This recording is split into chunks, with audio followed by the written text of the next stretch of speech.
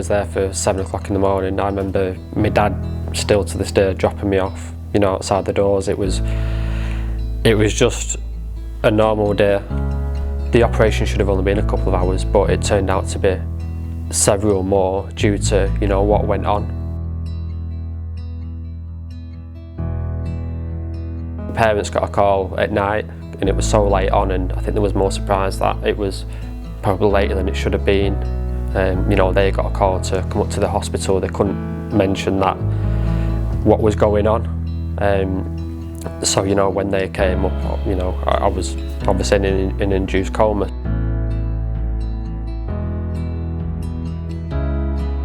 Things should have been being done, which there wasn't. You know, one of them was, you know, providing atropine, you know, when you're under anaesthesia, you know, just to keep your heart rate going. And, you know, in this situation, that wasn't done and it could have been prevented.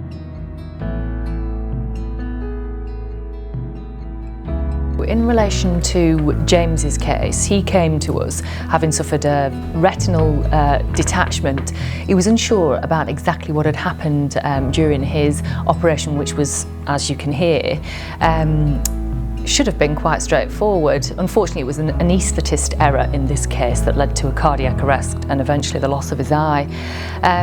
When he first spoke to us, he did not know what to expect, and we had to deal, first of all, in the initial consultation with what we do, how we fund the matter, and consider whether there was merit. In James's case, there were several experts necessary, including an anaesthetic expert, to get us over that very first hurdle. Then we had to look at, given his past history of retinal detachment, where that eye would have been had that operation been successful. What James goes on to explain in his case is that he went on to suffer subsequent retinal detachments, but that's obviously much more significant when you already have only one eye. The idea of compensation is to put you in a position that you would have been in had this not happened. Well, obviously it will never return his eye, but it will at least take some of the pressure off him. He's managed to improve and climb the ladder at work. He is able to deal a lot better with his situation. He's gone on to have a family, and I'm so proud that he has done so well.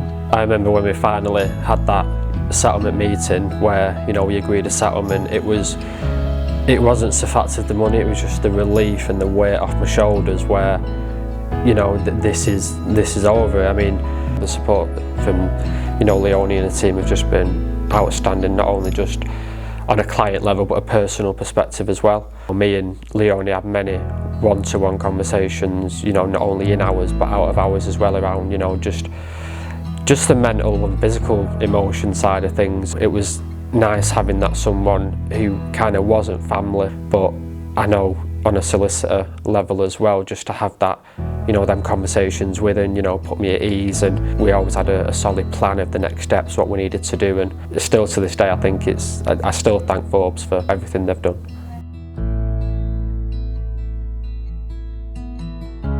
I've got a small circle of friends who have just been brilliant. I did rely on them a lot in terms of appointments, and, you know, they'd schedule their working day around taking me to appointments, and my fiancée is just brilliant, you know, especially going through that difficult time last year and, you know, welcoming a baby into the world. It's just never gone unnoticed for what they've done. I think if you are going down the legal route, you just need to have trust in your solicitor. I was fortunate enough where I was able to build that trust and bond and, you know, relationship with Leonie. It does help, and just don't be afraid to go down the legal route. You know, you will always have the support from your solicitor.